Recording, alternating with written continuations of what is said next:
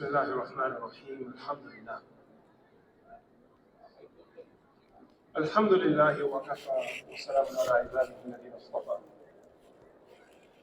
خصوصا على سيد الرسل وخاتم الأنبياء وعلى آله الأزكياء وأصحابه الأتقياء أما بعد. At the age of 40, Rasulullah sallallahu alayhi wa sallam sat alone in the cave of Hira, distancing himself from the noise of Mecca, the distractions, the idol worshiping, the immorality that existed there. And as Nabi sallallahu alayhi wa sallam sat in that cave, distant from society, he had a bird's eye view of the Kaaba, his eyes locked onto it, spending long hours in the remembrance of Allah.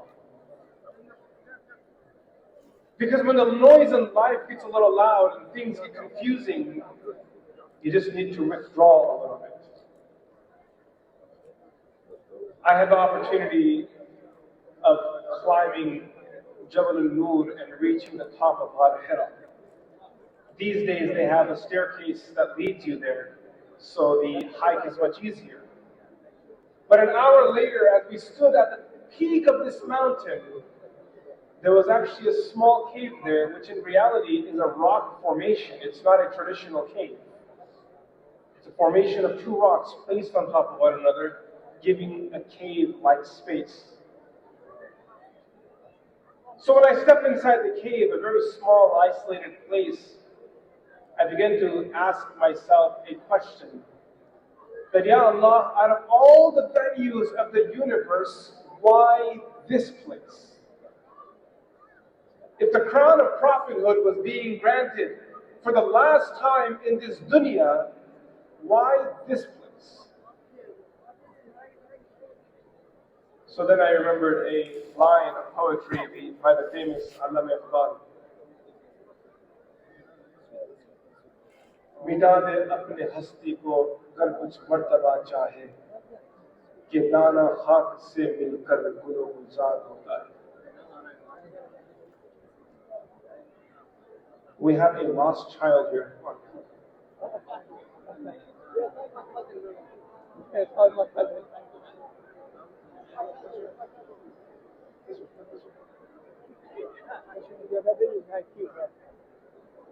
I have this young child with me. He's lost. So if there are any parents who recognize their child, you can come and grab him. Oh, he has a name tag. Thank you. Oh, that's fun. His beautiful name is Muhammad Abdullah. So he says, "Mitade apne hasti ko." Are you the sister? This is the story of Musa. You can have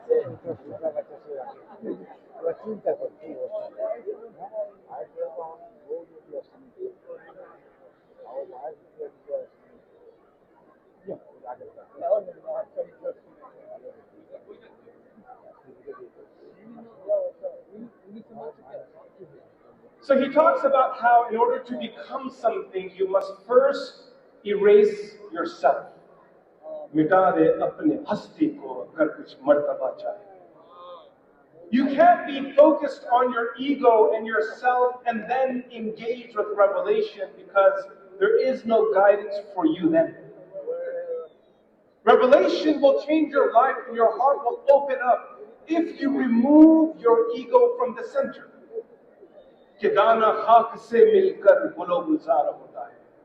For a bouquet to exist, for a flower to bring its beautiful colors and fragrance, you must first bury the seed deep beneath the ground where no eye can see it any longer. We talk about the first revelation that Allah Azza wa Jalla says, "Iqra bismi rabbika alladhi khalaq." People always say the first revelation was Iqra, Iqra, read. No, it's not. It's not just read. The whole ayah is Iqra bismi rabbika alladhi khalaq. Knowledge in itself is not a form of guidance. It is a tool to guide us. What comes out of that knowledge is from Allah subhanahu wa ta'ala. Like a hole in the ground, knowledge offers an opportunity. If Allah subhanahu wa ta'ala wills, water will come gush forth from there. And people will find strength and they will find life. Knowledge in our deen is a powerful tool, but it's very different from what the West recognizes as information. Because information is cues of data, but knowledge in our deen is transformative.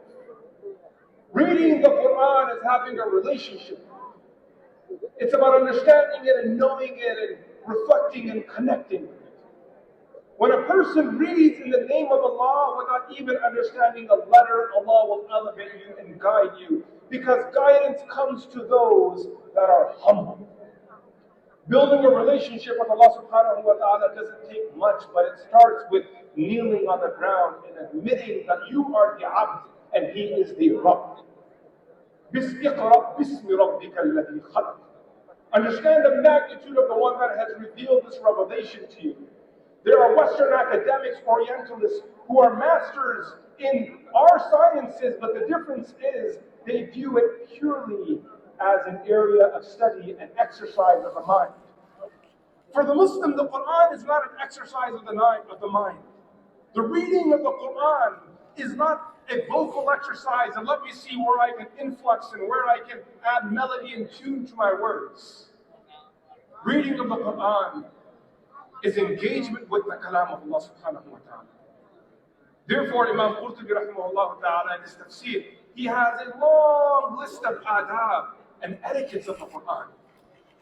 One of my teachers would say that the greatest crime a human being can commit is to say the name of Allah forgetfully.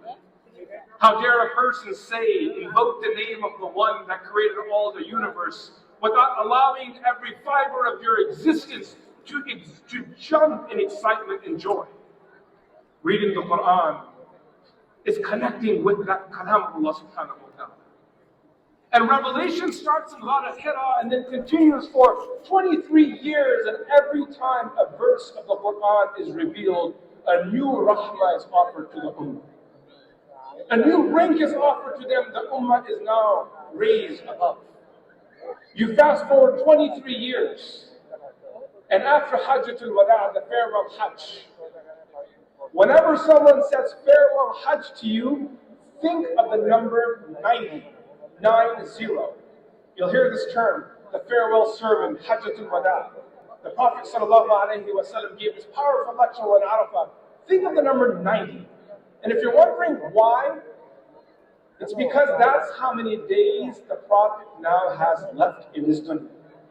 Hajj ended on the 13th of Al-Hijjah, Muharram, Safar, 12th of Rabiul Awwal. Give or take 90 days is how much time the Prophet has left. So everything after Hajj is a wrap. Rasulullah sallallahu alayhi wa sallam is sitting with his companions in Medina Munawwara. Mullah Ali Qari, in his commentary on Mishkat al-Masabih, when narrating Hadith Jibreel, he says, "In the akhiri umrihi," wa fi riwayat, and after the Prophet of Allah referred from Hajjatul Wada. The Prophet of Allah was one day sitting in a gathering, surrounded by his companions, and an anonymous person entered the gathering of Rasulullah sallallahu alayhi wa sallam and asked some questions. At the end of the conversation, Rasulullah sallallahu alayhi wa sallam disclosed that this person was Jibreel who came to teach you your faith. In one narration, says, some time passed, and then the Prophet of Allah said, that was Jibreel who came to teach you your faith. One of my teachers reflected on this and said, if you connect the beginning of Revelation to the end of it, what do you see? The affair starts as something private. Wahi by definition is ishara khafiyya, but a very hidden gesture and conversation occurring between the Prophet of Allah and Jibreel alayhi salam and Ghar Hira. But then at the end of the Prophet's life, the whole scenario flips. In Ghar Hira, the teacher was Jibreel and the Prophet was the student, overwhelmed by the experience, embraced by Jibreel multiple times. And now 23 years fast forward, sitting in the teacher's seat is Rasulullah sallallahu alayhi wa sallam. And in front of him, with an immense level of adab and ihtiram, is Sayyidina Jibreel alayhi salam. Because sometimes even the student surpasses their teacher. কি অবস্থা إن দেখেন هذا القرآن يهدي একটা respect নাই মানুষের اقرأ وارتقي ورتل كما كنت ترتل في الدنيا فإن منزلتك عند آخر آية تقرأ. Read along and you shall be elevated, as the announcement will be made at the day of judgment. What do we have left in today's Western world? What is true, what is false? Information no longer means anything, as Donald Trump said, fake news. It's all fake. When you see a post on social media or where a message pops up on your WhatsApp or you're going through your text messages, you're skeptical 100 times around. Can I trust this?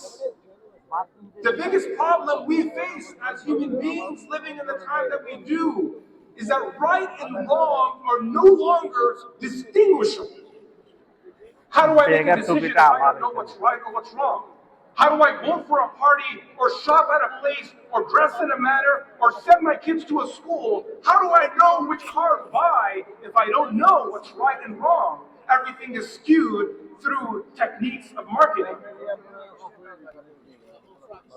As people continue down this road and no longer have the ability to use their intellect to discern between right and wrong, their only option now is to fall onto emotion. Now they fall onto groupthink. That we, the left, think like this, you, the right, think like that. No middle ground remains anymore. In a time of no information and meaningful knowledge, the Quran comes in and says, إِنَّ هَذَا الْقُرْآنَ يَهْدِي لِلَّتِي هِيَ أَقْوَمُ. The non-Muslim may no longer have a measuring tool for right and wrong, but the Muslim will always have the Quran, and that is a gift to Allah, from Allah to us eternally. No Muslim can ever say that I am lost.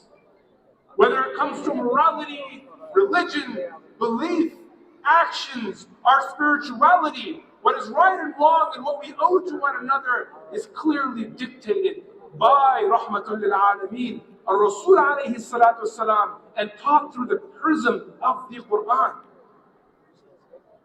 We don't understand how powerful of a gift we hold within us. So when these children sit down in the morning and they're going through their sabak and they're reading رُبَمَا يَوَدُّ الَّذِينَ كَفَرُوا رُبَمَا يَوَدُّ الَّذِينَ كَفَرُوا, these men and women are now playing their role in the preservation of the Quran. So tomorrow Muslims will know the world is confused. The Muslim doesn't have to be confused, because the Quran is our guide. The Quran is the guide for the righteous, for those who want it to be their guide. So you ask Allah day and night, when your eyes wake up as you're sleeping and you're struggling to see what time it is on your clock, trying to figure out whether it's time to wake up or not, take a moment and just say, Ya Allah, Allahumma hdina bil Quran. Allahumma ja'alna hadiyan lil Quran. Oh Allah, make us guides for the Quran. Make us guides to people for the Quran. Let the Quran be in our progeny, in our lineage. Let our children be who follow the Quran. Stand over there. In conclusion, as you leave this conference and head back home, don't be a people who go back from lecture to lecture to your old self that you were before you came. Explore a relationship with the Quran. When you drive to work and school, turn off the radio. NPR is not going to make you a better Muslim. The Quran will. Listen to it. When you're cooking at home, instead of just listening to your Bollywood music or watching your Bangla Pakistani drama and news 24-hour cycle of just fighting and shouting, talking about how the Jamaat Islami Party are crooks and criminals and the leftists are right and the progressives are right and everyone's fighting. This is all nonsense. The left, right, the religious and irreligious will continue to fight with one another. You have to give birth to yourself and find meaning in your life. Spend these moments wisely. May Allah subhanahu wa ta'ala give us strength to build a relationship with the Quran.